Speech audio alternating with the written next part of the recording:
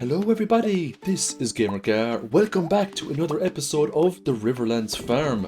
We are now entering the third week of fall. We're on Thursday, the 11th. The next 10 days are going to be pretty extraordinary, so strap in and get ready for some awesome progression. We're currently making our way to Robin's, collecting forage on our way there. Once we get to Robin's, we're going to get her to make us the usual fish pond. Now these fish ponds, I can tell you right now, are going to pay off a lot sooner than you think. And we're going to fill every single fish pond up with legendary fishies. And when you start seeing the money flow, I mean, it's going to flow big time. We're going to go to Clint and upgrade the pan. That'll be upgraded all the way to Iridium. It's back to Ginger Island. We have a quest from Caroline to get 100 ginger, so we're doing that almost every day. For the rest of the day, we are going to do some fishing. We're going to pull up as much lava eel as possible. Now, we didn't start this in the morning time, so we're not going to get huge amounts of lava eel, but we should get a fair bit. What I'm aiming for now is 500,000 gold, so I can unlock the movie theatre, Pelican Town. Now, we made well over 120,000 gold today, primarily from selling smoked lava eels. We've also got some aged crimson fish, mutant carp roe inside there as well. The next day starts with a collection of lots of different types of roe. Legend roe, mutant carp roe, and we also check the fishing ponds as well every single day. Because you're not guaranteed roe from these fishing ponds every day. It's very inconsistent, but it's still worth it. We're going to go to the bookseller here, Marcelo. We're going to get lots of skill books, including Weight of the Wind Part 2. I was thinking about getting the Queen of Sauce cookbook, but I said for 50 grand, it just wasn't worth it at this time. I will take these skill books though, because we absolutely want to get our mastery level up to 1 so we can get that lovely fishing mastery. We're very close to level 1 at the moment. We just need a little bit more. We're going to head on over to Ginger Island and we're going to find as much ginger as we can. Once we're done with the collection of all the ginger you can get from the island today, we are going to cut down an absolute mountain of trees. That's right. We're going to cut down trees until we reach level 1 mastery. Despite the fact that we have cut down literally hundreds of trees now, believe it or not, I still haven't got that book of power. That gives, I think it's a 5% chance for trees to give double wood when you cut them down. It just hasn't dropped for me. So when it comes to the challenge so far, what I can say about RNG is that it's been on my side for the most part, but on the other part then it's just been terrible. So I suppose 50-50. Now, while we're cutting down these trees, it's also worth noting that we still haven't gotten the extended family key quest. So we haven't gotten the opportunity to fish up all of the relatives of the legendary fish. We're really banking on that quest. We can't really call this a fisherman challenge if we don't get that quest in all fairness, because that quest is the pinnacle of fishing, especially when it comes to money making. We finally get into the master cave here. We're going to take the fishing mastery. The advanced iridium rod allows us to connect 2 tackles to instead of 1, and the golden fishing chests are absolutely worth it. You can get star drop teas inside those chests. You can get pearls inside them, or you can just get amazing things altogether. Now, we spoke to the raccoon. It's looking for 5 oysters and 1 smoked bream. That's absolutely no problem at all. We're going to put some deluxe bait into these crab pots. You have a better chance to get fish out of a crab pot if you put in a deluxe bait instead of a regular bait, just so you know. So we're going to fill them all up with deluxe bait and hopefully we get lots of oysters the next day. We're going to go back to Robin now. As per usual, it's going to be another fish pond. Because we have so many fish ponds on the farm right now, if we do get that extended family quest, the majority of catches will go towards the fishing ponds. So it's the fishing ponds first priority and then we'll smoke the rest. It was Clint for a pan upgrade and then we were enchanting the advanced iridium rod. We get the preserving enchant. That's probably one of the best enchants you can ask for. Master is good too because it makes your fishing bar bigger, but preserving is still quite overpowered because there's a chance you won't use up a special bait or you won't dig into the durability of your tackle when you're using the preserving enchant. Now, we had a lot of crab pots down by the beach. I could invest in more if I wanted to, but I figured that what I had there and then was enough. I also fished up the bream as well and we'll smoke that for our good friend the raccoon. I'm going to make 1 more fish smoker and put this on the farm because the other fish smokers are up in the volcano and I don't really want to be carting them around all the time I go somewhere. At the moment, if we decide to do a huge bout of fishing, it's going to be up in the volcano because at the moment that is the most profitable place to do our fishing. You just can't really beat lava eels, especially at the consistency you get them up in the volcano. We're smelting gold ores into gold bars. Multiple reasons for this. We need gold to make worm bins. We also need gold to make treasure hunter tackles, and that's going to be something we'll be using later on in this challenge, especially when we're going for hundreds upon hundreds of golden treasure chests.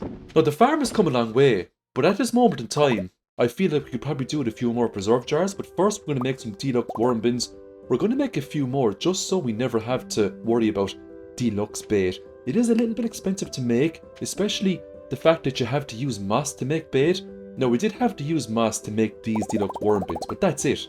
Once they're made, they will give you free deluxe bait every single day, so they're absolutely worth it, especially if you find yourself doing a lot of fishing.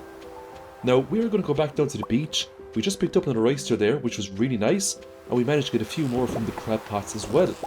Once we're finished with all of the crab pots, we now have enough to go to our lovely raccoon friend, hand in the oysters and the smoked bream, and we're going to get back a reward. Now, for the first reward, he's just going to give us some seeds. We get broccoli because we're in fall. Depending on the season, you know, he'll give you the corresponding seed to that season. So if it was fall, it was broccoli. If it was winter, it'd be powder melons, for example. We're over halfway there now with the harvesting of the ginger, and we've got 15 days left. So we're actually making a really good time at the moment with that quest. And with the rate we're going, because we're checking this almost every single day, we should have this quest completed, hopefully, in the next week or so. To obtain the next mastery level, we need 5,000 additional XP. Now, believe it or not, you'll actually get it quite quickly because almost every single thing you do will go into that mastery gauge. It will share across all your professions, whether you're fighting, fishing, foraging, farming or mining. All that XP fills up the gauge. So we're going for 9 iridium quality chubs just so we can get first place at the Stardew Valley Fair. Those chubs have now been secured. It is now a new day, a new adventure. We're going to start by collecting all the roe from our lovely fish ponds. As you can see, there's quite a lot of bare fish ponds at the moment. They're all being saved for Legend 2s. We're going to go back to Robin and she's going to build another fish pond. We're going to go back to Clint, get our gold pan, and this is finally going to be sent back to Clint now to be upgraded to an iridium pan. And once we get that iridium pan, we're going to have some serious fun with it. We're going to check out the community quest board. We're going to take prismatic jelly for the monster musk, because if we decide to do a continuation of this challenge, for example perfection or 100%, would be nice to speed up monster eradication goals with that. We didn't get the extended family quest today. I didn't want to do Skull Cavern Invasion or hardened versions of the mines. I just want to fish, and that's what we're going to do today, folks. We are going to fish, and fish some more. I feel like I've done more Skull Cavern runs than I normally do in a regular challenge, so I really need to do a bit more fishing, get some more gold and start getting some more upgrades. The next day was the Stardew Valley Fair. We're going to put in our 9 iridium star chubs. This is going to give us first place. It gives us a rating of 91. That's enough to grab the first place. That will give us 1,000 star tokens. We're going to gamble the star tokens until we get 2,000, and we're just going to get the star drop and get out of here. It's worth coming in here for the star drop because it increases maximum energy. The greenhouse is finally ready. We're going to get all these lovely potatoes. These potatoes will be used to make Dish of the Seas along with key seasoning, so we get +4 fishing. We get the iridium pan back off Clint. You can actually enchant the pan now. You can give some pretty cool stuff. So that's something we might do later on in the challenge. So we're looking for the prismatic slime today to get the prismatic jelly. We also completed a monster eradication goal for wiping out crabs. That's going to give us a crab shell ring. It's actually a fair nice ring. It gives a huge pile of defense. We found an infestation floor on floor number 11. We will go in and out of this floor over and over again until we find the prismatic slime. Now, if we get a staircase down to floor 12 or floor number 13 and there's a good few enemies around, we will absolutely eradicate them. We just completed another monster eradication goal there. That one was for duggies. Now, you don't get great ring rewards every time you complete a monster eradication goal. It's just for some of the monsters. Unfortunately for the duggies, you just get a hard hat. Now, this just goes to show how powerful the critical strike build is. The prismatic slime is known for having absurd amounts of HP. We just wiped it out there with one critical strike, you know? I don't think there's a single enemy in this game that can survive a crit of our current combat build. So we gave the wizard the jelly. He's going to send us the recipe for Monster Musk the next day. We're going to loot all these lovely preserve jars. We're going to sell all of this lovely roe and we're going to make tons of money. Making Monster Musk is simple enough. You just need some monster components. It basically dramatically increases the spawn rates of monsters, making it super simple to get monster eradication goals cleared. So we don't really have a whole lot of stone on us right now because it's been a while since we did any of the dungeons like Skull Caverns or regular mines properly. So we're going to buy some stone off Robin. It's really cheap in year 1. So because we're making so much money from selling roe and selling fish, I don't mind buying stone. As long as we can keep Robin building the fish ponds over and over again. We just don't want her to rest. We want to fill up the farm with fish ponds by the time we get to the end of the year. It's going to look so good, especially if all of the fish ponds have Legend 2s inside of them. So we got more ginger today, and we're going to use our iridium pan, and we're going to spend the whole day panning. Now today was a bad luck day, so we're not going to expect anything great. Now in all fairness, we don't get lucky rings or anything extravagant, but we do get huge amounts of copper ores, coal, iron ores, bits of gold. Like, a lot of resources that we're getting we can absolutely use. And even if you're in the very, very end game of Stardew Valley, you still need thousands of copper for so many things. So it was actually a really good resource gathering project today using the pan. Now if you wanted lucky rings, you'd be coming here stacked up with luck. Now I really wanted lucky rings because I believe the more luck you have, the higher chance you have in getting rare fishes. And if we want to use all of the resources available to us, use all of the exploits available to us, we need huge amounts of luck to get tons of Legend 2s. Hopefully, if we do get that quest in the next couple of days. Now today we spent almost the whole day fishing up lava eels, and we get an extraordinary amount of lava eels today. I ended up getting 36 lava eels today. I would have got more if I used the tent and start bang on kind of 6 o'clock, 20 past 6. But you know what? I made a ton of money, and I made so much money over the past kind of week. I have over 500,000 gold now, so I can go into the Georgia Mart, talk to our good friend Morris, give him 500,000 gold, and he is going to get his lovely team to fix up the theatre for us so we can use that going forward. We're going to go back to Robin now, buy more stone. We're also going to get the recipe for the big chest, just to make life a little bit easier for us. All you need to make a big chest is some copper bars and wood. Very easy to make. Another day, it is another fish pond. Now the farm we're using isn't the biggest farm in the world. It's actually very small.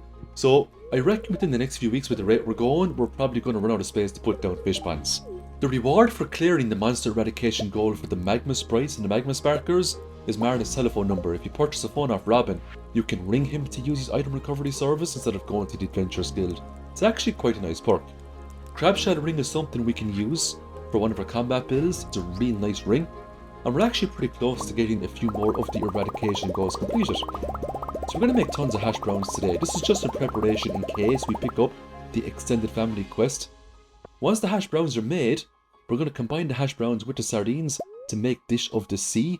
But we're also going to use key seasoning, so instead of getting +3 fishing, they're going to give us +4 fishing because it's a gold star quality dish of the sea. Not as good as a gold star seafoam pudding, but +4 fishing is still really nice to have. So I picked up a banana today. We're going to go into the area here just outside Leo's house, give this gorilla a banana, and we are going to get rewarded with some more golden walnuts. We're then going to spend an evening pulling up some ginger on Ginger Island.